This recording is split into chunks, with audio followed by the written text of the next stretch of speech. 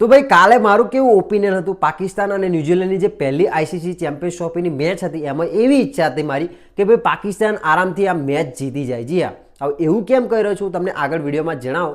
બીજી એવી ઈચ્છા હતી કે ભાઈ પાકિસ્તાન જીતે તો એમના ફેન્સ ખુશ થાય, પણ કાલે યાર પાકિસ્તાનમાં ટીવીઓ કદાચ રહ્યા નથી, એક્સપાયર થઈ ગયા છે મંદીના કારણે, ટીવીઓ કોઈ લાવતું નથી. એટલે સ્ટેડિયમમાં જે ખુરશીઓ હતી, પાકિસ્તાન જ્યારે મેચ હારી ગયું ત્યારે ખુરશીઓ તોડાતોડ મારી એમના ફેન્સે. જી હા, કાલે એવા ઘણા બધા વિડીયોઝ આવ્યા છે. તો ટીવી નથી રહ્યા તો હવે ખુરશીઓ તોડે છે. 23 તારીખે શું તોડશે યાર, એ જોવા જેવું રહેશે. એ તો આપણે 24 તારીખે વાત કરી લઈશું.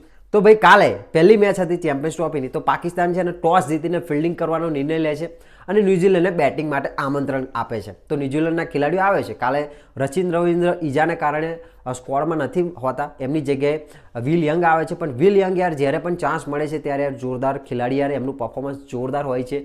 કાલે પણ 109 રન ફટકારી દીધા. અને બીજી વાત કરું કે ન્યુઝીલેન્ડની ટીમે જે કાલે ક્રિકેટ રમી છે, વન ડે ક્રિકેટ આવી રીતે રમાય છે, ક્લાસિક ક્રિકેટ યાર બોસ, જોરદાર. અને એના કારણે 320 રન થાય છે અને પાકિસ્તાનને 321 રનનું ટાર્ગેટ મળે છે.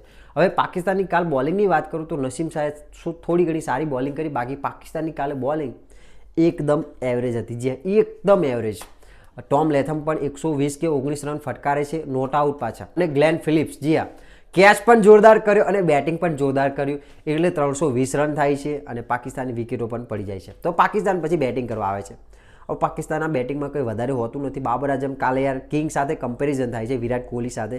ના થવી જોઈએ, થાય છે એ પણ ગર્વ લેવા જેવી વાત છે. કાલે યાર એટલું ધીમું બેટિંગ કર્યું બાબર આઝમે યાર, એવું લાગતું હતું કે ભાઈ ટેસ્ટ મેચ ચાલી રહી છે. કદાચ એ ભૂલી ગયા છે કે ભાઈ ટેસ્ટ મેચ ચાલે છે, એવું લાગતું હતું એમને.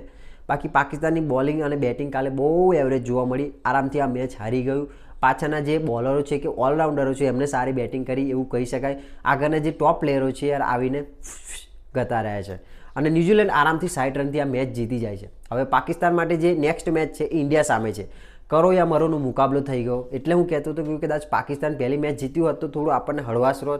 હવે એમને કેવું છે કે જો મેચમાં ટુર્નામેન્ટમાં બની રહેવું હોય તો મેચ જીતવી જરૂરી છે ભારત સામે. હવે પાકિસ્તાન છે ને જે ઇન્ડિયા સામેની મેચ છે એમાં એડી ચોટીનું જોર લગાવી દેશે એવું કહી શકાય. અને ઇન્ડિયાની આજે મેચ છે બાંગ્લાદેશ સામે, તો કદાચ ઇન્ડિયા બાય ચાન્સ હારી જાય તો બંનેઓની મેચ કેવી થઈ જશે, કરો યા મરોનો મુકાબલો થઈ જશે અને ઇન્ડિયા તો આરામથી જીતવાનું છે. જો કે આજે એટલે બહુ ટેન્શન લેવા જેવી વાત નથી, પણ પાકિસ્તાન કદાચ ટુર્નામેન્ટમાં બન્યા રહેવા કંઈ પણ કરી શકે છે. 2017માં આપણે ફાઇનલમાં હાર્યા છે ચેમ્પિયન્સ ટ્રોફીમાં, એ યાદ આપણે ભૂલવું ના જોઈએ. પાકિસ્તાનને હજુ પણ હલકામાં ના લેવી જોઈએ. એટલે મારી પર્સનલી ઈચ્છા હતી કે ન્યુઝીલેન્ડ સામેની મેચ પાકિસ્તાન જીતે, પણ ના જીત્યું. ચલો છોડો. હવે આજની મેચ આપણે આપણા ખેલાડીઓમાં કોણ સૌથી વધારે રન મારશે કમેન્ટ કરીને જણાવો.